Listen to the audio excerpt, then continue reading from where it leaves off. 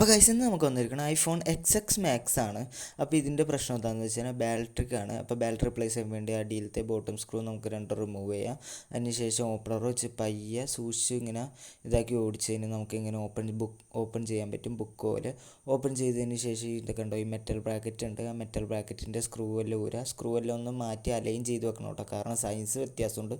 Size മാറിപ്പോയി കഴിഞ്ഞാൽ പണി കിട്ടും. എന്നിട്ട് ഇതാണ് ബാറ്ററിൻ്റെ കണക്ഷൻ റിമൂവ് ചെയ്തിട്ട് ബാറ്ററി നമുക്ക് ഊരിയെടുക്കാം. Battery full ടാപ്പാണ്. മര്യാദക്ക് ഊരി പോകുന്നില്ലെങ്കിൽ IP അടിച്ച് ഒന്ന് ഊരിയെടുക്കാം. എന്നിട്ട് ക്ലീൻ ചെയ്തിട്ട് പുതിയ ബാറ്ററി വെച്ച് നോക്കണ്ട, പുതിയ ഫുൾ ടാപ്പ് വെച്ച് ഇതാക്കി സെറ്റ് ചെയ്തിട്ട് പുതിയ ബാറ്ററി നമുക്ക് കറക്റ്റ് അലൈൻ ചെയ്ത് ഇറക്കി വെക്കാം. ബാറ്ററിൻ്റെ കണക്ഷൻ തിരിച്ചു കൊടുക്കുക. അതിന് ശേഷം മെറ്റൽ ബ്രാക്കറ്റ് തിരിച്ചു വെക്കുക. സ്ക്രൂ എല്ലാം കറക്റ്റായിട്ട് തന്നെ ഇടുക. അതിന് ശേഷം നമുക്ക് കണ്ട് ഈ ഡിസ്പ്ലേ ഇതേപോലെ തിരിച്ച് ഡിസ്പ്ലേൻ്റെ സൈഡിൽ പശയൊക്കെ പഴയ ഗ്ലൂ ഒക്കെ ഒന്ന് ക്ലീൻ ചെയ്ത് പുതിയ സീൽ വെക്കണമെങ്കിൽ സീൽ വെക്കാം.